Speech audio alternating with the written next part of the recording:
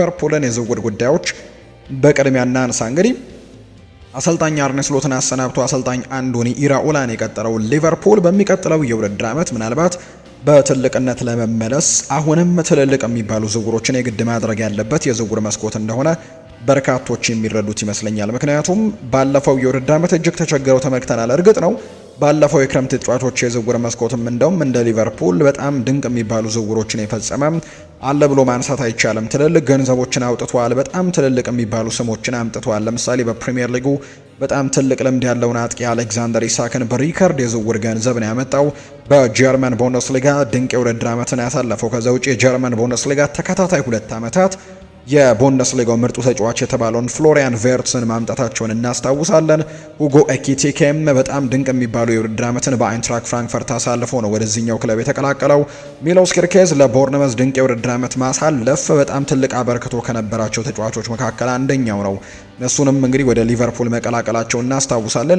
ሌሎች ተጫዋቾችንም እንዲሁ እነ ጀረሚ ፍሪምፖንግም እሱም በባየር ሌቨርኩዘን በጣም ድንቅ ከነበሩ ፉልባኮች መካከል አንደኛው ነው። በማጥቃቱም በመከላከሉም ረገድ ትልቅ አስተዋጽኦችን ማበርከት የሚችል አይነት ተጫዋች እንደሆነ የምናውቀው ነው። ነገር ግን እነዚህ ዝውውሮች ያን ያክል የተጠበቀውን ነገር ማምጣት አልቻሉም። አሌክዛንደር ኢሳክ በተደጋጋሚ ጉዳቶች በተለይ ደግሞ በፕሪሲዝን ላይም ደግሞ ከክለቡ ጋር እንግዲህ አለማሳለፉ በየትኛውም ክለብ የልምምድ ሴሽኖቹ አለመሳተፉ ረጅም ጊዜያቶችንም በዝውውሩ ጉዳይ ላይ በጭቅጭቆች ሲያሳልፍ እንደነበር እናስታውሳለን። ከኒውካስል ዩናይትድ ጋርም ልምምድ ለመስራት ፈቃደኛ እንዳልነበር ጭምር እናስታውሳለን እና ወደ 4 ወር ገደማ አካባቢ እነዚህ ከትልቅ ከሚባሉ ነገሮች ርቆ የነበረበት ጊዜ ነበርና ወዲያው በፕሪሚየር ሊጉ ለመመለስ በጣም አስቸጋሪ አድርጎበት ነበር።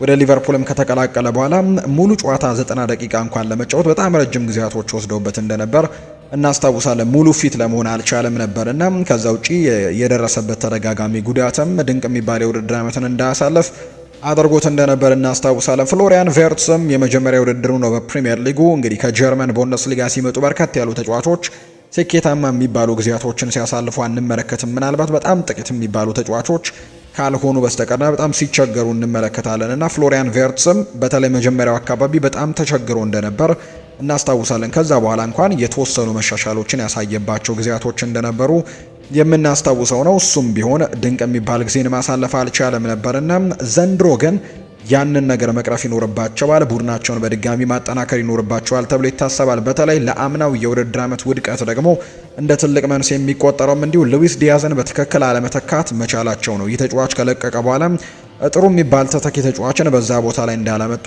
ያምናሉ በርካቶች። እርግጥ ነው አሌክዛንደር ኢሳክን አምጥተዋል። ከዛ ውጪ ደግሞ የአጥቂ መስመሩን ሁጎ ኤኪቲኬንም አምጥተዋል። በዛ ቦታ ለመጠቀም ሙከራዎችን ሊያደርጉ እንደሚችሉ ሲነገር ነበር። ከዛ ውጪ ኮዲ ጋክፖም በዚህ ቡድን ውስጥ ከመኖሩ ጋር በተያያዘ ያንን ቦታ እንሸፍነዋለን ብለው ሀሳባቸው የነበረ ቢሆንም ነገር ግን በትክክል አልተሸፈነም። ኮዲ ጋክፖም ድንቅ የሚባለው የውድድር ዓመትን ማሳለፍ ያልቻለበት ጊዜ እንደነበረ የምናስታውሰው ነውና ዘንድሮ ግን ያን ነገር በትክክል ማስተካከል ይኖርባቸዋል ተብሎ ይታሰባል። የሉዊስ ዲያዝ ቦታ ብቻ ሳይሆን ዘንድሮ ሌጀንዱ ሙሐመድ ሳላህም ክለቡን ለቆ እንደወጣ እናውቃለን። ሰሞኑን እንደውም ሊቨርፑል የምንጊዜም የሊቨርፑል ምርጥ 100 ተጫዋቾችን ይፋ ሲያደርጉ ተመልክተናል። ወይም ደግሞ የምንጊዜም የሊቨርፑል ሌጀንድ የሚባሉ ተጫዋቾችን በደረጃ አስቀምጧቸዋልና በዚህ ደረጃ ውስጥ ሙሐመድ ሳላህ 4ኛ ደረጃ ላይ የተቀመጠው የምንጊዜም ማለት ነው። ሊቨርፑል ከተቋቋመ ጀምሮ ምርጡ የሚባሉ ተጫዋቾች ዝርዝር ውስጥ 4ኛ ደረጃ ላይ የተቀመጠ ተጫዋች ነው ሙሐመድ ሳላህና ይህንን ተጫዋች ለመተካት ነው እንግዲህ በሚቀጥለው የውድድር ዓመት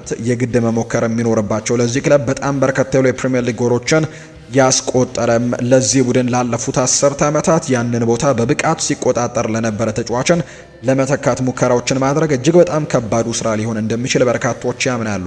በአንድ ተጫዋች ለመተካት እንኳን ጥረት ማድረግ በጣም ከባድ ሊሆን እንደሚችል ነው በርካታ ተንታኞች ሀሳቦቻቸውን እየሰጡ የሚገኙትና ይሄ ዝውውር መስኮት ሙሐመድ ሳላህንም ለመተካት በጣም ትልልቅ ነገሮችን ማድረግ ያለባቸው የዝውውር መስኮት ይሆናል ተብሎ ይታሰባል። ትልቁ እቅዳቸውም ያንን ቦታ መሸፈን ነው። ከመጀመሪያው የዝውውር ቀን ጀምሮ ከሊቨርፑል ጋር ስሙ ሲያያዝ የነበረው የአረቢ ለብዚሹ ተጫዋች የነበረው ያን ዲዮማንድ ነበር። ነገር ግን ይህንን ተጫዋች የማስፈረም እድላቸው አሁን እየጠበበ ይመስላል። ይሄ አይቮሪ ኮስታዊ ተጫዋች እርግጥ ነው ቤተሰቦቹ የሊቨርፑል ደጋፊዎች እንደሆኑ በስፋት ሲናገር ሰምተናል። አባቱ በተለይ የሊቨርፑል ቀንደኛ ደጋፊ እንደነበር፣ ከዛ ውጪ እሱም ደግሞ ሊቨርፑልን በአባቱ ምክንያት ሊቨርፑልን ሲያይ እንዳደገ ተጫዋችም ሲናገር እንደነበር የምናስታውሰው ነው። ነገር ግን ደግሞ በእግር ኳስ ደግሞ ራስህን ወደፊት እንግዲህ ታስበዋልና በወደፊት የእግር ኳስ ህይወት ላይ ትልቅ ነገሮችን መወሰን ይኖርብሃል ተብሎ ይታሰባልና እንግዲህ ከድጋፍ ስሜት ወጣ ብሎ ፓሪስ ሰን ዠርሜንን መቀላቀል እንደሚመርጥና ፓሪስ ሰን ዠርሜን ለሱ ትክክለኛው ቦታ እንደሆነ እምነት እንደሚሰማው የሚያሳዩ መረጃዎች ይፋ ተደርገዋል። በዓለም ዋንጫ በነበረበት ወቅት ነው ይህንን ሀሳብ ሲሰጥ የሰማነውና ሊቨርፑሎች ሙሉ ለሙሉ ከዚህ ተጫዋች ዝውውርም ሌሎች አማራጮችን እንዲመለከቱ ምልክት የሰጣቸው ይመስላል። በጣም እርግጠኞች ነበሩ ሊቨርፑሎች ይህንን ተጫዋች ለማስፈረም በጣም ትልቅ እድል እንደሚኖራቸው ገምተው ነበር። ነገር ግን በመጨረሻም ተጫዋቹ ውሳኔውን ወስኗል። እንደውም አንዳንድ ጊዜያቶች ላይ ይሄ ተጫዋች ሁለቱንም ክለቦች የመቀላቀል ምንም አይነት ችግር እንደሌለበት ሊቨርፑልም እንዲሁ ፓሪስ ሰን ዠርሜንም ጥሩ በተለይ ከክለብ ጋር የሚስማሙ ሊቨርፑል ከአረብ ለብዚሽ ጋር በትክክል መስማማት የሚችል ከሆነ ወደ ሊቨርፑል የማምራት ምንም አይነት ችግር የሌለበት ፓሪስ ሰን ዠርሜንም ቢሆን በተመሳሳይ መልኩ ምንም አይነት ችግር እንደሌለበት ሲናገር እንደነበር እናስታውሳለን።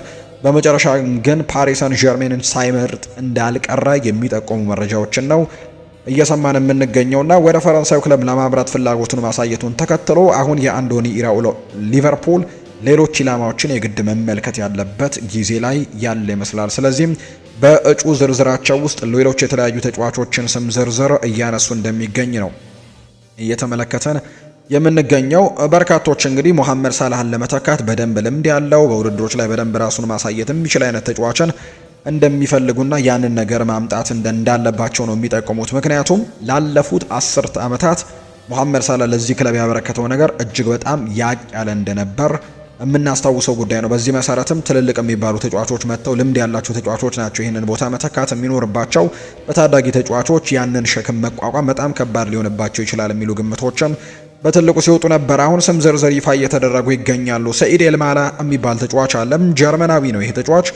በጀርመን ቡንደስሊጋ በኮሎኝ ነው ዘንድሮ የውድድር ዓመቱን ያሳለፈው። ጥሩ የሚባሉ ጊዜያቶችን አሳልፈዋል በጀርመን ቡንደስሊጋ ያለምንም ጉዳት 34ቱንም የጀርመን ቡንደስሊጋ ጨዋታዎችን አድርጓል። ይሄ ተጫዋች በእድሜው ገና የሚባል አይነት ተጫዋች ነው። ከዛ ውጭ ግን ለዚህ የጀርመን ብሔራዊ ቡድን ለዚህኛው የጀርመን ክለብም ለኮሎኝም 34ቱንም የቡንደስሊጋ ጨዋታዎች አድርጓል። ይሄ የ19 ዓመት የኮሎኝ ተጫዋችና በአጠቃላይ 16 የግብ ተሳትፎችን አድርጓል። በተለይ በጀርመን ቡንደስሊጋ በጣም ጥሩ የሚባል ቁጥር እንደሆነ በርካቶች ያምናሉ። ለክንፍ መስመር ተጫዋችና በተለይ ደግሞ ታዳጊ ለሆነ ለሚቀጥሉት የውድድር ዓመታቶች ራሱን በደንብ ማሻሻል ለሚችል ታዳጊ ተጫዋች በጣም ጥሩ ቁጥር እንደሆነ በርካቶች ያነሳሉ። ለምሳሌ ያክል የአረቢ ለብዚሹ ሲፈልጉት የነበረው ያን ዲዮማንድ 12 የጀርመን ቡንደስሊጋ ግቦችን እንዳስቆጠረ እናስታውሳለን። ያን ዲዮማንድና በአጠቃላይ ግን የተጫዋች ሰኢድ ኤልማላ ግን 13 የጀርመን ቡንደስሊጋ ጎሎችን አስቆጥሯል። 3 አሲስቶችን አድርጎ በአጠቃላይ በ16 ግቦች ላይ ቀጥተኛ ተሳትፎን ያደረገም ተጫዋች ነው። ነገር ግን የሊቨርፑል ደጋፊዎችና አንዳንድ ትልልቅ የሚባሉ ተንታኞች ግን አሁንም ቢሆን በዚህ ተጫዋችም እንዲሁ ሪስኮችን መውሰድ የለባቸው። ምናልባት ይሄ ተጫዋች እንደ አማራጭነት ሊመጣ የሚችል ከሆነ ወይም እንደ ተጠባባቂነት ሊመጣ የሚችል ከሆነ ጥሩ ዝውውር ሊሆን ይችላል። ነገር ግን መሐመድ ሳላህን ለመተካት እንደ ቁጥር 1 እጩ ሆኖ ግን መምጣት በጣም ከባድ ሊሆን ይችላል የሚሉ ግምቶችን እየሰጡ ይገኛሉ። ነገር ግን ሊቨርፑል በገበያው ላይ ከሚመለከቷቸው ተጫዋቾች መካከል አንደኛው ነው ይሄ ጀርመናዊ ሰኢድ ኤልማላ የተባለው የ19 ዓመት ተጫዋች። ሌላኛው ያኩቡ ሚንቴህ ነው። ይሄ በፕሪሚየር ሊጉ የምናውቀው ተጫዋች ነው። ከዚህ በፊት በፌኖርድ በነበረበት ጊዜ ከአሰልጣኝ አርነ ስሎት ጋር በጋራ መስራቱን እናስታውሳለን። በዛ ምክንያትም አርነ ስሎት የሊቨርፑል አሰልጣኝ በነበሩበት ጊዜ በተደጋጋሚ ለማምጣት ጥረቶችን አድርገው ነበር ያኩቡ ሚንቴህን፣ ነገር ግን ሳይሳካላቸው ቀርቷል። አሁን በአንዶኒ ኢራኦላ ሰርም የተወሰነ ፍላጎት እንዳላቸው የሚያሳዩ ነገሮች ያሉ ሊቨርፑሎች በትልቁ ግን የመጀመሪያ ምርጫቸው እንዳልሆነ ግን ይነገራል። በዘንድሮ የተወዳጁ የእንግሊዝ ፕሪሚየር ሊግ 7 የግብ አስተዋጽኦችን አድርጓል። በ34 የፕሪሚየር ሊግ ጨዋታዎች 3 ግቦችን አስቆጥሮ 4 አሲስቶችን ያደረገ ተጫዋች እንደሆነ ይታወቃል። እንግዲህ ይህንን ዝውውር ማድረግ በጣም ከባድ ውሳኔ ሊሆን እንደሚችል ይታመናል። ይህም ገና እድሜው 21 የሆነ ነው። ለበርካታ ዓመታትም ቡድን ውስጥ ማገልገል የሚችል ተጫዋች ተደርጎ ሊቆጠር ይችላል። ነገር ግን መሐመድ ሳላህን ለመተካት ግን በጣም ከባድ ይሆናል ተብሎ እንደሚታሰብ ነው የሚነገረው። ሌላኛው ተጫዋች ደግሞ እንዲሁም ብራድሌ ባርኮላ ነው። ምናልባት የሊቨርፑል ቀዳሚው ምርጫ ሊሆን የሚችለው ብራድሌ ባርኮላ እንደሆነ በርካታ መረጃዎችን እየተመለከትን እንገኛለን። ባርኮላም የተረጋገጠ አይነት ተጫዋች ነው። በፍሬንች ሊጓን በፓሪስ ሰን ዠርሜን ቤት በጣም ድንቅ የሚባሉ ጊዜያቶችን ሲያሳልፍ እንደነበር እናስታውሳለን። በሉዊስ ኤንሪኬ ስር እርግጥ ነው በሉዊስ ኤንሪኬ ስር የሚፈልገውን አይነት የጨዋታ ደቂቃዎችን ማግኘት አልቻለም ይሆናል። ነገር ግን እንግዲህ ደቂቃዎችን ሲያገኝ ግን በጣም ጥሩ ነገሮችን ማድረግ የሚችል አይነት ተጫዋች እንደሆነ ግን በተደጋጋሚ ማሳየቱን የምናስታውሰው። ለምሳሌ ያክል በዘንድሮ የፍሬንች ሊጓን ውድድር በ29 ጨዋታዎች ላይ ያው አብዛኞቹ ደቂቃዎችን ወይም አብዛኞቹ ጨዋታዎችን ተቀይሮ እየገባ ነው ሲጫወት የምንመለከተው። ምክንያቱም የፊት መስመሩ ላይ ዴዜሬ ድዌ እንዲሁ ክቪቻ ክቫራትስኬሊያ እና ኦስማን ዴምቤሌ በአጥቂ መስመሩ ላይ እንዳሉ ይታወቃልና በዚህ ምክንያትም የተወሰኑ ደቂቃዎችን ነው በየጨዋታው ሲያገኝ የተመለከት ነው። በአጠቃላይ ግን 29 ጨዋታዎችም እየተቀየረም ቢሆን እየገባም እንዲሁ አንዳንድ ጨዋታዎች ላይ በቋሚነት ጀምሮ 11 ግቦችን ማስቆጠር ችሏል። ይሄ እንግዲህ ውስን የሚባሉ ደቂቃዎችን ላገኘ ተጫዋች ያን ያክል መጥፎ የሚባል ቁጥር አይደለም፣ ጥሩ ቁጥር እንደሆነ በርካቶች ያነሳሉ። እንዲሁ አምና ደግሞ በ34 ጨዋታዎች 14 ግቦችን አስቆጥሮ 10 አሲስቶችን ያደረገበት የውድድር ዓመትም እንደነበር እናስታውሳለን። አሁን እንኳን በፈረንሳይ ብሔራዊ ቡድን በዓለም ዋንጫ ስብስብ ውስጥ ተካቶም 5 ጨዋታዎችን አድርጓል። እንዳልኳችሁ የመጀመሪያዎቹን 2 ጨዋታዎች በተለይ በቋሚነት አልተሰለፈም ነበር። ያለፉትን 2 ጨዋታዎች ነው በቋሚነት ሲሰለፍ የተመለከትነው። እሱንም ሙሉ ደቂቃዎችን ሲጫወት አልተመለከትነውም። በዴዜሬ ድዌ ተቀይሮ ሲወጣ ተመልክተነዋል። በአጠቃላይ ግን በዚህ የዓለም ዋንጫ ላይ በ5ቱ ጨዋታዎች 2 ጎሎችን አስቆጥሮ 1 አሲስትን ያደረገ ተጫዋች እንደሆነ እየተመለከትን እንገኛለን እና በጣም ቆንጆ የሚባሉ ቁጥሮች ያሉት የተረጋገጠ አይነት ተጫዋች ነው። ለፕሪሚየር ሊግ የሚሆን አይነት ፍጥነት እንዳለው ይነገራል። በጣም ፈጣን ተጫዋች እንደሆነ በርካቶች ያነሳሉና ምናልባት የሊቨርፑል አሁን ከተዘረዘሩ ተጫዋቾች ከሰኢድ ኤልማላ ከያኩቡ ሚንቴሂም ከሌሎችም ተጫዋቾች አንድ በፍሬንች ሊጓን የሚጫወትም ማቴዎስ ፈርናንዴስ ፓርዶ የሚባል ተጫዋችም እንዲሁ እንዳለ ጭምር እየተመለከትን እንገኛለን እና እሱም በሊቨርፑል እቅድ ውስጥ ካሉ ተጫዋቾች መካከል አንደኛው ነው። ነገር ግን ከነዚህ ተጫዋቾች በሙሉ ግን ትልቁ ነገር ወይም ደግሞ ትልቁ ኢላማ ሊሆን ይችላል ተብሎ የሚጠበቀው ይሄኛው ተጫዋች እንደሆነ የሚያሳዩ ወይም ደግሞ ብራድሊ ባርኮላ እንደሆነ የሚያሳዩ መረጃዎች ናቸው እየወጡ እንደሚገኙ ዘገባዎች እየጠቆሙ የሚገኙት። ሌላኛው እንዳልኳችሁ በሊቨርፑል እየተመለከቱት የሚገኘው ማቴዎስ ፈርናንዴስ ፓርዶ የሚባል ተጫዋች እንደሆነ ተነግሯል። ቤልጅማዊ ተጫዋች ነው። በዓለም ዋንጫ ላይ የተወሰኑ ደቂቃዎችን ሲያገኝ እየተመለከት ነው እንገኛለን። እናም ጥሩ የሚባል ተጫዋች እንደሆነ ይነገራል። በሊል ነው የሚጫወተው ይሄ ተጫዋች በፍሬንች ሊጓን። ዘንድሮ እንኳን በውድድሩ ላይ 29 ጨዋታዎችን አድርጎ 13 የግብ ተሳትፎችን ማድረግ ችሏል። 13 የግብ ተሳትፎችን ሲያደርግ 8 ግቦችን አስቆጥሮም 5 አሲስቶችን በማድረግና ነው ጥሩ ቁጥሮች ያሉት። ነገር ግን እንዳልኳችሁ ግን በቋሚነት ግን ወይም ደግሞ ያንን ቦታ በቋሚነት ለመረከብ ግን ትልቅ ፕሮፋይል ያለው ተጫዋች ይሆናል ተብሎ ግን አይጠበቅም። ሊቨርፑሎች በዚህ የክረምት ተጫዋቾች የዝውውር መስኮት በዚህ ጉዳይ ላይ በጣም በትልቁ መስራት ይኖርባቸዋል ተብሎ ይታሰባል። በሚቀጥለው የውድድር ዓመት በአውሮፓ ቻምፒየንስ ሊግ ተሳታፊ ናቸው። ዘንድሮ በፕሪሚየር ሊጉ ጥሩ ጊዜን ማሳለፍ አልቻሉም።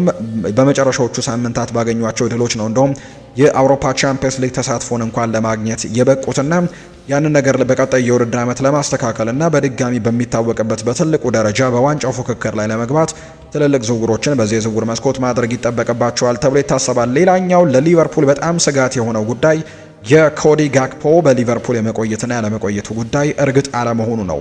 ኮዲ ጋክፖም እንግዲህ በዚህ የውድድር ዓመት ያው በጥሩ አቋሙ ላይ አይደለም እንኳን ቢባል ለሊቨርፑል ግን ወሳኝ ከሚባሉ ተጫዋቾች መካከል አንደኛው እንደሆነ ይታመናል። ምክንያቱም ሊቨርፑል አሁን ሌሎች በጣም ክፍተቶችን መሙላት የሚኖርበት ቦታ ላይ ያለ ኮዲ ጋክፖን መልቀቅ ሌላ ትልቅ ሪስክ ሊኖረው እንደሚችል በርካቶች ያምናሉ። ይህንን ተጫዋች ለማስፈረም የእንግሊዙ ክለብ ቶትንሃም ሆትስፐርስ በተለይ በዚህ የዝውውር መስኮት በጣም በርከት ያሉ ዝውውሮችን እያደረገ እንዳለ እየተመለከትን ነው። ቶትንሃም ሆትስፐርስ እስካሁን በጣም በርከት ያሉ ዝውውሮችን አድርገዋል። ማርቲን ዱብራፍካን አስፈርመዋል። በተከላካይ ስፍራ ላይ እነ ዣን ፖል ቫን ሄክ፣ ማርኮስ ሴንሲ፣ አንድሪው ሮበርትሰን ያስፈረማቸው ተጫዋቾች ናቸው። በአማካይ ስፍራ ላይ ማቴዎስ ፈርናንዴስ፣ ከዛ ውጭ ሳንድሮ ቶናሊ ዝውውሮችን አድርጓል። በቀጣይ ደግሞ በጣም ትልልቅ የሚባሉ ስሞችን አሁንም በገበያው ላይ እንዳሉ ነው በሮቤርቶ ዲዘርቢ በኩል እየሰማን የምንገኘው። ከነዛ መካከል ኮዲ ጋክፖ አንደኛው ነው። ራፋኤል ሊያው ኤል ጁኒየር ክሩፒንም እየሰማን እንገኛለን። እንዲሁ ሳቪኒዮም ከማንቸስተር ሲቲ ለማስፈረም ጥረቶችን እያደረጉ ነው ቶትንሃም ሆትስፐርሶችና ከነዛ መካከል አንደኛው ፍላጎታቸው ነው ኔዘርላንዳዊው ኮዲ ጋክፖ። በተለይ አሰልጣኝ ሮቤርቶ ዲዘርቢ ለዚህ ተጫዋች ትልቅ እቅድ እንዳላቸው የዚህ ቡድን ወሳኝ ተጫዋች እንደሚያደርጉት ረጅም ደቂቃዎችን በዚህ ቡድን ውስጥ እንደሚያገኝም ቃል እንደገቡለት የሚያሳዩ መረጃዎች ያሉና ምናልባት ኮዲ ጋክፖ ከሊቨርፑል ጋር ሊለያይ የሚችልበት እድል ሊኖር ይችላል የሚሉ ግምቶች በትልቁ እየሰማን እንገኛለን እና ምናልባት እሱ የሚለቅ ከሆነ ግን ሌላ በጣም አስጊ ሊሆን እንደሚችል ጭምር ነው እየተገለጸ እንደሚገኝ መረጃዎች እየወጡ የሚገኙትና ኮዲ ጋክፖን ማቆየት ለሊቨርፑል ሌላኛው ትልቁ ስራ ሊሆን እንደሚችል የሚጠቁሙ መረጃዎች ናቸው እየወጡ የሚገኙት። ከሊቨርፑል ጋር የተያዙት ጉዳዮች እነዚህ ናቸው። በአማካይ ስፍራ ላይም እንዲሁ ተጫዋቾችን ለማምጣት ሙከራዎችን ያደርጋሉ ተብሎ ይታሰባል። በተለይ ደግሞ ሌሎቹ ዝውውሮችም የሚሆኑት ተብሎ የሚታሰቡት የአደም ዋርተን ፍላጎት እንዳላቸው ይናገራል። ከዛ ውጭ አዩብ ቦአዲም በትልቁ በሊቨርፑል ቤት ስሙ የሚነሳው ተጫዋች ነው። እነዚህ ዝውውሮችንም ለማድረግ ጥረቶችን እንደሚያደርጉ የሚያሳዩ መረጃዎች ናቸው እየወጡ የሚገኙት። በአጠቃላይ አዳዲስ ነገሮች ከሊቨርፑል ጋር ሲኖሩም በቀጣይ ፕሮግራሞቻችን መልሰን ይዘን የምንቀርብ ነው የሚሆነው። ሌላኛውን ርዕሰ ጉዳያችንን ደግሞ እናንሳ። የማንቸስተር ዩናይትድ ጉዳዮችን እንመልከት። ማንቸስተር ዩናይትድ አሁን በዝውውሩ ጉዳዮች ላይ በጣም ዘግይቶም ቢሆን አሁን በትልቁ እንቅስቃሴዎችን ለማድረግ የወሰነበት ጊዜም የሆነ ይመስላል። ምክንያቱም በተለይ በዚህ የዝውውር መስኮት የአማካይ ስፍራውን በትልቁ ያድሳል ተብሎ ሲጠበቅ እንደነበር ለደጋፊዎቹም ቃል እንደተገባ እንደውም ሰር ጂም ራትክሊፍ የማንቸስተር ዩናይትድ አነስተኛ ድርሻ ባለቤት የተወሰኑ ቃል መግባቶችንም ጭምር ሰምተን ነበር። በዚህ የዝውውር መስኮት ማንቸስተር ዩናይትድ በርከት ያሉ ዝውውሮችን በተለይ በአማካይ ስፍራው ላይ እንደሚያደርግ ቃል ተገብቶ ነበርና ያ ዝውውር ግን አሁን የዘገየ ይመስላል። ምክንያቱም የሚፈልጓቸው 1 2 3 እያሉ በምርጫ ዝርዝራቸው ውስጥ ያስቀመጧቸው ምርጫዎቻቸው ወይም ደግሞ ቀዳሚ እጩዎቻቸው ወደ ሌሎች ክለቦች ሲያመሩ ተመልክተናል። ማንቸስተር ዩናይትድ ሲፈልጋቸው የነበሩ ተጫዋቾችን ኤሊዮት አንደርሰን ወደ ማንቸስተር ሲቲ ያመራበትን ዝውውር እናስታውሳለን። ከዛ ውጪ ደግሞ የማቴዎስ ፈርናንዴስም ዝውውርንም እንዲሁ እናስታውሳለን። ፋብሪዚዮ ሮማኖ ሰሞኑን በነበረው አንድ የዩቲዩብ ቻናል ፕሮግራሙ ላይ ምንም እንኳን ሳንድሮ ቶናሊን ለማስፈረም እነ ማንቸስተር ዩናይትድ እነ አርሰናል እነ ሲቲ ያን ያክል ጠንከር ያሉ እንቅስቃሴዎችን ማድረግ አይደለም፣ በጣም በትልቁም እንቅስቃሴዎችን አላደረጉም። በተለይ ተጫዋቹም ሙሉ ለሙሉ ውሳኔውም የነበረው ወደ ቶትናም ቀድሞም ቢሆን ማምራት ይፈልግ ነበር የሚል መረጃን ይፋ ቢያደርግም ነገር ግን በዝውውር ጉዳዮች ላይ ስሙን ከሳንድሮ ቶናሊ ጋርም ስንሰማው ነበር ማንቸስተር ዩናይትድ እና እነዚህ ዝውውሮች ግን ወደ ሌሎች ክለቦች መፈጸማቸውን እናስታውሳለን። አሁን የግዴታ ሌሎች ዝውውሮችን ለማድረግ የግድ መንቀሳቀስ ያለበት ጊዜ ላይ ይገኛል። አሁንም ቢሆን ያሉት አማራጮች በጣም በከባዱ ለማንቸስተር ዩናይትድ ምናልባት ለማስፈረም አስቸጋሪ ሊሆኑ ይችላሉ ተብሎ ነው የሚታመኑት። በተለይ ማንቸስተር ዩናይትድ ከያዘው ፖሊሲ ጋር በተለይ ማንቸስተር ዩናይትድ በዝውውር ገበያው ላይ ከያዘው እንግዲህ ትልልቅ የሚባሉ የዝውውር ገንዘቦችን ላለመክፈል ከያዘው ፖሊሲ ከዛ ውጪ ለተጫዋቾችም አነስ ያለ ደሞዞችን በተለይ ከ200,000 ፓውንድ ሳምንታዊ ደሞዝ በላይ ያለ መክፈል ፍላጎቶቹ ጋር ተያይዞ ምናልባት ከበድ ያሉ ሊሆንበት ይችላሉ የሚሉ ግምቶች በትልቁ ሲነሱ ነበር። ነገር ግን አሁን ላይ የኦሪዮል ሹዋሜኒ ዝውውር ጉዳይ ላይ የቆረጡ ይመስላሉ ማንቸስተር ዩናይትዶች። የሚያስከፍለው ዋጋ ተከፍሎ ይህንን ተጫዋች ለማስፈረም እንቅስቃሴዎችን ሊያደርጉ የሚችሉበት የዝውውር መስኮት ሊሆን እንደሚችል ግምቶችን እየሰማን ነው። እርግጥ ነው ከዝውውር መስኮቱ መጀመሪያ ቀን አካባቢ ጀምሮ ነው ስለ ኦሪዮል ሹዋሜኒ ዝውውር ጉዳዮች ከማንቸስተር ዩናይትድ ጋር ስንሰማ የነበረው። ይህንን ተጫዋች ለማስፈረም በጣም ትልቅ ጥረቶችም ሲያደርጉ እንደነበር የሰማ ነው። ምናልባት በቀዳሚ እጩ ዝርዝራቸው ውስጥም ከኤሊዮት አንደርሰን በመቀጠል ምናልባት ከማቴዎስ ፈርናንዴስን ማስቀድመው ሲፈልጉት የነበረ ተጫዋች እንደሆነ ይታወቃል የኦሪዮል ሹዋሜኒ ጉዳይ። ነገር ግን ይህንን ተጫዋች ለማስፈረም በጣም ጠንከር ያሉ ድርድሮች ይጠይቃል። ምክንያቱም ሪያል ማድሪድ ይህንን ተጫዋች የመልቀቅ ምንም አይነት ፍላጎት የለውም። በቅርብ ነው ይህንንም ተጫዋች እንዳስፈረመው የምናስታውሰው እርግጥ ነው የተወሰኑ አመታቶችን በሪያል ማድሪድ ቤት አሳልፈዋል። ነገር ግን አሁንም ቢሆን ለሪያል ማድሪድ በጣም ወሳኝ ከሚባሉ የአማካይ ስፍራ ተጫዋቾች መካከል አንደኛው ነው። በተለይ በዚህ የዝውውር መስኮት ሌላ የአማካይ ስፍራ ተጫዋች የማያስፈርሙ ከሆነ ደግሞ ሪያል ማድሪዶች ይባሱኑ ማንቸስተር ዩናይትድ ይህንን ተጫዋች ለማግኘት የሚያደርገው ጥረት በእንቅርት ላይ ጆሮ ደግፍ ይሆንበታል ተብሎ ነው የሚጠበቀውና ነገር ግን ትናንትናና ዛሬ ከጠዋት ጀምሮ እየሰማናቸው የምንገኛቸው መረጃዎች ግን እንደሚያሳዩት ከሆነ ዩናይትድ በዚህ የዝውውር መስኮት በትልቁ ይህንን ዝውውር ለማድረግ እየተንቀሳቀሰ የሚገኝበት መንገድ ላይ እንዳለ የሚጠቁሙ መረጃዎችን እየሰማን እንገኛለን። በተለይ ትላንትና የወጡ ትልልቅ የሚባሉ እነ ዘ ጋርዲያን፣ ዴይሊ ሜል የሚባሉ የመረጃ ምንጮች እነ ቴሌግራፍ የሚባሉ የመረጃ ምንጮች ይፋ እንዳደረጉት ከሆነ የማንቸስተር ዩናይትድ ባለስልጣናት በጣም በቅርቡ ወደ ማድሪድ ከተማ እንደሚያመሩ ከተጫዋቹ ተወካዮች ጋር እንደሚነጋገሩ ከሪያል ማድሪድ ባለስልጣናት ጋርም ኦሪዮል ሹዋሜኒን በተመለከተ ጥሩ የሚባሉ ንግግሮችን ሊያደርጉ ዝግጁ እንደሆኑና ወደዛ እንደሚያመሩ ነው ይፋ እየተደረገ የሚገኘው። ሌላኛው ምናልባት ለማንቸስተር ዩናይትድ በጣም ጥሩ የሚባለው ዜና ይህንን ተጫዋች ለማስፈረም መከፈል ያለበትን ገንዘብ ሁሉ ለመክፈል ዝግጁ ናቸው ተብሏል። ሪያል ማድሪድ እዚህ ተጫዋች ላይ 100 ሚሊዮን ዩሮችን ለጥፎበታል። ማንቸስተር ዩናይትድ የሚከፈለውን ክፍያ በሙሉ ለዚህ ተጫዋች ለመክፈልም ዝግጁ እንደሆኑ የሚጠቁሙ መረጃዎችን እየሰማን ነውና ምናልባት ይሄ ለማንቸስተር ዩናይትድ ደጋፊዎች በጣም መልካሙ የሚባለው ዜና ሊሆን እንደሚችል ይነገራል። ከኦሪዮል ሹዋሜኒ በተጨማሪ ግን ሌሎች ዝውውሮችን በማንቸስተር ዩናይትድ በተለይ በአማካይ ስፍራው ላይ ልንሰማ የምንችልባቸው እድሎች አሉ። ምክንያቱም አሁንም አማራጮቻቸው ጠበቡ እንጂ ሙሉ ለሙሉ የተቋጩ አይደሉም። ሌሎች ዝውውሮችም አሉ በማንቸስተር ዩናይትድ ቤት ውስጥ ሊደረጉ የሚችሉ። ለምሳሌ ያክል የአሌክስ ስኮት ጉዳይ የተለየ ጉዳይ አይደለም፣ ወይም ደግሞ የተረጋገጠ ጉዳይ አይደለም። ክለቡ ቦርንመዝ ምንም እንኳን አልለቀውም ቢልም ነገር ግን የተወሰኑ ጭምጭምታዎችን እየሰማን እንደምንገኘው የሚለቅበት እድልም ሊኖር የሚችልበት አጋጣሚ እንዳለ እየተነገረ ነው። እሱንም መሞከራቸው አይቀርም። ከዛ ውጭ ሌሎች አማራጮችም ይኖራሉ። ምናልባት ካጡ እንኳን የሚፈልጉት ካርሎስ ባሌባና ባለፈው የክረምት ተጫዋቾች የዝውውር መስኮት በትልቁ ሲፈለግ እንደነበር እናስታውሳለን። ካርሎስ ባሌባንም ለማስፈረም ጥረቶችን ሊያደርጉ ይችላሉ ተብሎ ይታሰባል። ምክንያቱም ካርሎስ ባሌባ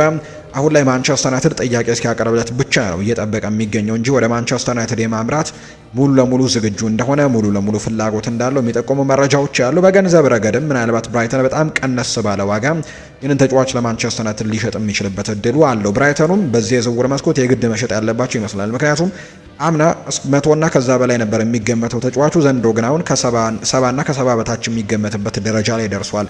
ያሳየው የአቋም መውረድና ገንዘቡ ከዚህ በታች ቀንሶ ላለመሸጥም ብራይተኖች የግድ ይህንን ተጫዋች ሊለቁ የሚችሉበት እድሉን ሊያገኙ ይችላሉ። ነገር ግን ዩናይትዶች እንዳልኳችሁ አሁን ላይ የመጀመሪያ ምርጫቸው አይደለም። ባጣ ቆየኝ የምንለው አይነት ምርጫ አይደለ። እነዚህ አሁን የሚፈልጓቸው ዝውውሮች የማይሳኩ ከሆነ ሊያስፈርሙት የሚችሉ አይነት ምርጫ እንደሆነ እየተነገረ ነው እንጂ የመጀመሪያ ምርጫዎቻቸው አሁን ኦሪዮል ሹዋሜኒን ስለማስፈረም በትልቁ እንቅስቃሴዎችን ሊያደርጉ የሚችሉበት እድሎች እንዳሉ ነው እየተነገረ የሚገኘው። በሚቀጥሉት ጥቂት ቀናትም የማንቸስተር ዩናይትድ ባለስልጣናት ይህንን ተጫዋች ለማነጋገር በማድሪድ ከተማ እንደሚከትሙ ትልልቅ እድሎችንም እንደሚያደርጉ ነው የተገለጸው። ሰሞኑን የሰማነው ሌላኛው እጩ ግን የቼልሲው አንድሬስ ሳንቶስ ነው። በተለይ ማንቸስተር ዩናይትድ እንዳልኳችሁ መግቢያ ላይ እንደጠቀስኩት የሚፈልጋቸውን ዝውውሮች ማግኘት አለመቻሉ ወይም ደግሞ ወሳኝ የሚባለው 1 2 3 ምርጫዎቻቸውን አለማግኘታቸው አሁን እንግዲህ ወደ አነስ ወዳሉ ደግሞ ምርጫዎችም ሊያመሩ ይችላሉ። እርግጥ ነው አንድሬ ሳንቶስ በቼልሲ ቤት በጣም ጥሩ የሚባል እንቅስቃሴዎችን የሚያደርግ አይነት ተጫዋች ነው። ሁልጊዜም በቋሚነት የሚሰለፍ አይነት ተጫዋች እንኳን ባይሆን ነገር ግን በቼልሲ ደረጃ የሚጫወትና ጥሩ ተጫዋች እንደሆነ የሚታወቅ ነው። ነገር ግን መጀመሪያ ከሚፈልጓቸው አይነት ዝውውሮች አንጻር ሲታይ ግን በመጠኑም ቢሆን አነስ ያለ ለማንቸስተር ዩናይትድ ደጋፊዎችም ያን ያክል አርኪ የሚባል ዝውውር ይሆናል ተብሎ አይጠበቅም። አንድሬ ሳንቶስን ለማንቸስተር ዩናይትድ ማስፈረምና በትልቁ ይነሳል። ኒውካስል ዩናይትድም በዚህ ተጫዋች ዝውውር ፉክክር ላይ እንዳለበት ይነገራል። ምክንያቱም ኒውካስል ዩናይትድ ሳንድሮ ቶናሊ ለቋል። የብሩኖ ጉማሬሽ ጉዳይ የተረጋገጠ አይደለም። በጣም ሪስክ እንዳለው ያምናሉ። ብሩኖ ጉማሬሽን የመልቀቅ እድል እንዳላቸው ይሰማቸዋልና እሱን ለመተካት እጩዎችን አሁንም እየተመለከቱ እንዳሉ የሚጠቁሙ መረጃዎች ያሉ። ስለዚህ የእሱንም ጉዳይ በእንጥልጥል የቀረ ስለሆነ አንድሬ ሳንቶስን ለማስፈረም እነሱም እንደሚፈልጉ ኒውካስሎችም እንደሚፈልጉ ነው ይፋ የተደረገው። በአጠቃላይ ግን ማንቸስተር ዩናይትድ በቀጣዮቹ የዝውውር ቀናት እዚህ ተጫዋች ላይ በጣም ትልቅ ትኩረቶችን ያደርጋሉ ተብሎ ነው የሚጠበቀው በኦሪዮል ሹዋሜኒ ላይ። ሌላኛው ከሴሜርቪል ጋር እንዲሁም የሚነሱ ጉዳዮች አሉ። ሴሜርቪልን ለማስፈረም ማንቸስተር ዩናይትድ አሁን ጥሩ ደረጃ ላይ ያለ ይመስላል። ምክንያቱም ሴሜርቪል በይፋ ተናግሯል። ማንቸስተር ዩናይትድ እንኳን ብሎ በግልጽ ባይናገርም ነገር ግን ከዌስትሃም ዩናይትድ መልቀቅ እንደሚፈልግና በጥሩ ቡድን በአውሮፓ ቻምፒየንስ ሊግ መሳተፍ በሚችል ቡድን ውስጥ መጫወት እንደሚፈልግ ይፋ አድርጓል። ፈላጊ ክለቦች በደንብ እንዳሉት ይታወቃል። ማንቸስተር ዩናይትድ ደግሞ በትልቁ ከሚፈልጉት ቡድኖች መካከል አንደኛው ነው። ነገር ግን በማንቸስተር ዩናይትድ በኩል ከዚህ በፊትም እንደገለጽኩላችሁ ወሳኙ ነገር የራሽፈርድ ሽያጭ ነው። ምናልባት ራሽፈርድ የማይሸጥ ከሆነ ዩናይትድ በዛ ቦታ ላይ ሌላ ተጫዋች ለማስፈረም ጥረት የሚያደርግበት እድል ላይኖረው ይችላል። ነገር ግን እንግዲህ የሚሸጥ ከሆነ ግን ራሽፈርድ ሴሜርቪልን ለማስፈረም በጣም ጥሩ እድሎችን የሚያገኙበት ይሆናል ተብሎ ይታሰባልና የሴሜርቪል ዝውውር ሙሉ ለሙሉ የሚያያዘው ከራሽፈርድ መልቀቅና ለመልቀቅ ጋር በተያዘ ሊሆን እንደሚችል የተነገረው። ማንቸስተር ዩናይትድ ሌላኛው የተከላካይ ስፍራ ላይም ትኩረት ሊያደርጉ ይችላሉ ተብሎ ይታሰባል። ምናልባት ግን በተከላካይ ስፍራ ላይ ተጫዋች ለማምጣት ግን ትክክለኛ ውሳኔ ነው ብሎ ማሰብ ላይቻል እንደሚችል ነው በርካታ ተንታኞች የሚናገሩት። ምክንያቱም በማንቸስተር ዩናይትድ ቤት አሁን በተከላካይ ስፍራ ላይ በጣም በቂ የሚባሉ አማራጮች እንዳሏቸው በርካቶች ያምናሉ። በተለይ ተጫዋቾቹ ከጉዳት ነፃ የሚሆኑ ከሆነ እነ ሊሳንድሮ ማርቲኔዝ፣ እነ ሌኒ ዮሮ፣ ማታያስ ደሊት ከዛ ውጭ እነ አይደን ኬቨን፣ ሃሪ ማጓየርን ጨምሮ በጣም በርከት ያሉ አማራጮች በዛ ቦታ ላይ እንዳሏቸው በርካቶች ያምናሉና ምናልባት ተጫዋቾቻቸው በተለይ ማታያስ ደሊት በሚቀጥለው የውድድር ዓመት በፕሪሚየር ሊግ ጅማሮቹ ሰሞኖች ላይ ወደ ሜዳ እንደሚመለስ ይታመናል። ሊሳንድሮ ማርቲኔዝ በዓለም ዋንጫው በጣም ድንቅ የሚባል አቋሙን እያስመለከተ ነው የሚገኘው። ሌኒ ዮሮና አይደን ኬቨን ምናልባት እነዚህ ሁለት ተጫዋቾች ባልነበሩበት ጊዜ ያስመለከቱት አቋም በጣም ጥሩ እንደነበር እናስታውሳለን። ሃሪ ማጓየርም ለዚህ ቡድን በጣም ትልቅ ልምድ የሚሰጥ አይነት ተጫዋች ነው ተብሎ ይታመናል እና እርግጥ ነው በአውሮፓ ቻምፒየንስ ሊግ በሚቀጥለው የውድድር ዓመት በጣም ከትልልቅ የሚባሉ ተጋጣሚዎች ጋር ጨዋታዎችን ሊያደርጉ እንደሚችሉ ቢታመንም ነገር ግን አሁንም ቢሆን በጣም ጥሩ የሚባል የተከላካይ ስፍራ ተጫዋቾች እንዳሏቸው ይታመናል እና በአብዛኛው ሌሎች ቦታዎችን ማደስ ላይ ትኩረት ቢያደርጉ የተሻለ ነው ብሎ የሚያስቡ በርካቶች ናቸው። ሌላኛው ሲነሳ የሰማነው ጉዳይ ደግሞ በትክክልም የተረጋገጠ ጉዳይ እንኳን ባይሆን የሃሪ ኬንንም ጉዳይ ሰምተናል። በአጥቂ መስመር ላይ ለቤንጃሚን ሼስኮ ጥሩ ነገሮችን መስጠት የሚችል አይነት ወይም ልምዶችን በደንብ ማካፈል የሚችል በሚቀጥሉት የውድድር ዓመታትም እንግዲህ ለማንቸስተር ዩናይትድ በጣም በትልቁ ግልጋሎት መስጠት የሚችል አይነት ተጫዋች ተደርጎ ይቆጠራል። እድሜው 32 ነው። ነገር ግን አሁንም ቢሆን በጣም ቶፕ የሚባል ፐርፎርማንስ ላይ ነው የሚገኘውና ዘንድሮ እንኳን ወደ 60 አካባቢ ግቦችን በዚህ የውድድር ዓመት አስቆጥሯል። ከየትኛውም ተጫዋች የበለጠ ጎልን ነው በዚህ የውድድር ዓመት በዚህ ሲዝን ማስቆጠር የቻለውና ምናልባት ይህንን ተጫዋች ማምጣት ለማንቸስተር ዩናይትድ በጣም ትልቅ እድልን ይሆናል ተብሎ ይታሰባል። ነገር ግን ተጫዋቹ ከባየር ሚኒክ የመልቀቅ ምንም አይነት ፍንጮችን እያሳየ አይገኝም። ከዛ ውጪ ሌላኛው የሚነሳው ጉዳይ ደግሞ ባርሴሎናም ይህንን ተጫዋች እንደሚፈልገው ይነገራል። በተለይ ሮበርት ሌቫንዶስኪ ክለቡን ለቆ ስለወጣም ሌላኛው አማራጫቸው ይሄኛው ሊሆን ይችላል ተብሎ ይታሰባል። ሃሪ ኬንን ለተወሰኑ ጊዜያት ያንን ቦታ እንዲሸፍን ሊያመጡት ይፈልጋሉ የሚሉ መረጃዎች ያሉ። ነገር ግን ምናልባት ወደ እንግሊዝ እንዲመጣ የሚያደርገው ትልቁ ምክንያት ሊሆን የሚችለው የምንጊዜም የፕሪሚየር ሊጉ የጎል አስቆጣሪነት ሪከርድን ለማሻሻል ሚሽኑን መስበር ወይም ደግሞ ሪከርዱን መስበር የሚፈልግ ከሆነ ነው። አሁን ሁለተኛ ደረጃ ላይ የተቀመጠው ከአለን ሺረር በመቀጠል ማለት ነውና ያንን ሪከርድ ለመስበር ደግሞ በጣም ጥሩ ደረጃ ላይ ነው የሚገኘው። ስለዚህ በማንቸስተር ዩናይትድ ቤት ያንን ሪከርድ እንዲሰብር የበርካታ የቀድሞ የማንቸስተር ዩናይትድ ተጫዋቾች ምክራቸውን እየለገሱት ነው። ለምሳሌ ያክል ዌይን ማርክ ሩኒ በቀጥታ በአንድ የሚዲያ ፕሮግራም ላይ ሲናገር ሰምቼዋለሁ ይህንን ነገር። ሃሪ ኬን ወደ ማንቸስተር ዩናይትድ ቢመጣ በጣም ደስ ይለኛል። ለሱም ትክክለኛ ውሳኔ መሆን የሚኖርበት ያ ነው። ዋንጫዎችን ለማሸነፍ ወደ ባየር ሚኒክ አምርቷል።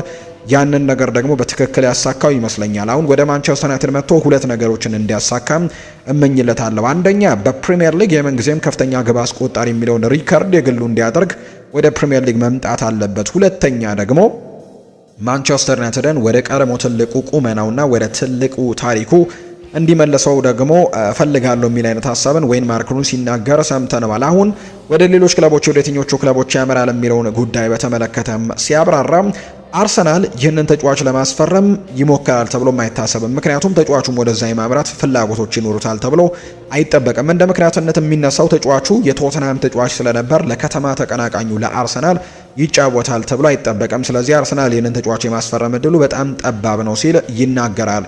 ከዛ ውጭ ግን ሌላኛው ማንቸስተር ሲቲ ኤርሊንግ ብራውት ሃላንድ ያላቸው፣ ሊቨርፑልም ቢሆን በተለይ እነ አሌክዛንደር ኢሳክ በቡድናቸው ውስጥ ያሉ ተጫዋቾች ናቸው። ስለዚህ ጥሩ አጥቂዎችም እንዲሁ ይኖራቸዋል።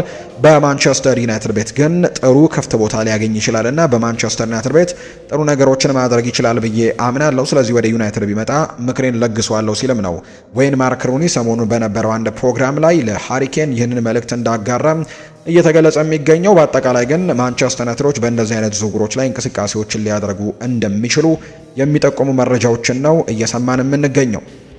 በዚሁ የአርሰናል ጥቂት መረጃዎችን እንንገራችሁ ውድ ቤተሰቦቻችን።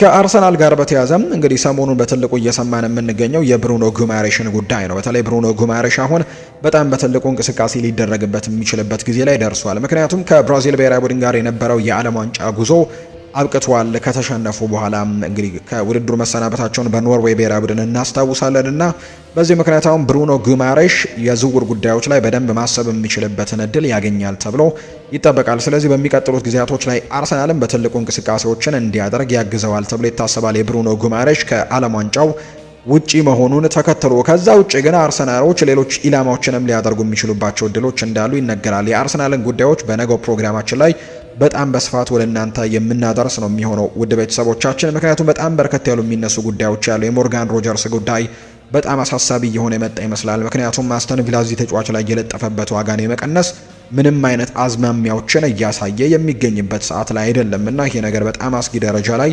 ሊደርስ እንደሚችል ይታመናል። የዚህ ተጫዋች ጉዳይ ወይም የሞርጋን ሮጀርስ ጉዳይ ቸልሲ ምንን ተጫዋች እንደሚፈልገው ይነገራል። ከዛ ውጭ ደግሞ አርሰናልም ይፈልገዋል። ነገር ግን አስተን ቪላ ተጫዋቹን በዝቅተኛ ዋጋ የመሸጥ ምንም አይነት አዝማሚያዎችን እያሳየ እንዳልሆነ የሚያሳዩ መረጃዎችን ነው እየተመለከተን የምንገኘው። ከዛ ውጭ ግን ሌሎች ዝውውሮችን የሚያደርጋል ተብሎ ይታሰባል። ብራድሌይ ባርኮላም ቀደም ከሊቨርፑል ጋር በስፋት አንስተነዋል እንጂ በአርሰናልም በትልቅ ከሚፈለጉ ምርጫዎች መካከል አንደኛው ነው። እንደውም እንደ አንዳንድ ታማኝ የሚባሉ የፈረንሳይ መረጃ ምንጮች በተለይ ሌኪፕ የተባለው የመረጃ ምንጭ እንደተናገረው ከሆነ እንግዲህ እንደ ላፓሪዚያንም የተባለ የመረጃ ምንጭ እንዳወጣው ከሆነ ብራድሊ ባርኮላ በስፋት ከሊቨርፑል ይልቅ ወደ አርሰናል መሄድን ምርጫው ሊያደርግ ይችላል የሚሉ ግምቶችን እያነሳ ይገኛልና ስለዚህ ብራድሊ ባርኮላ በቀጣይ ክለብ የሚቀይር ከሆነ አርሰናልም ትልቁ ኢላማው ሊሆን እንደሚችል ይነገራል። በተለይ የሞርጋን ሮጀርስ ጉዳይ የማይሳካ ከሆነ የብራድሊ ባርኮላንም ጉዳይ ሊመለከቱ የሚችሉበት እድሉ አለ ተብሏል። ሌላኛው ግን የማርከስ ራሽፎርድንም ጉዳይ እንዲመለከቱ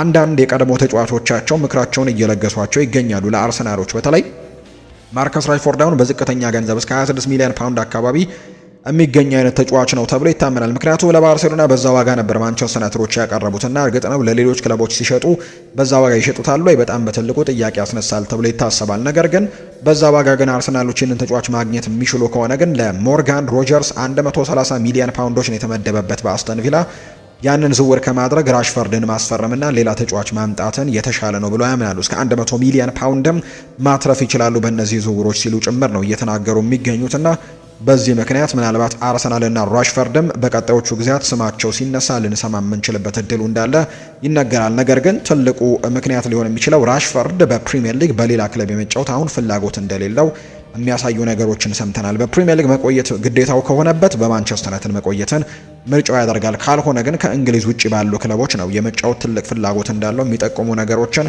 እየሰማን የምንገኘው።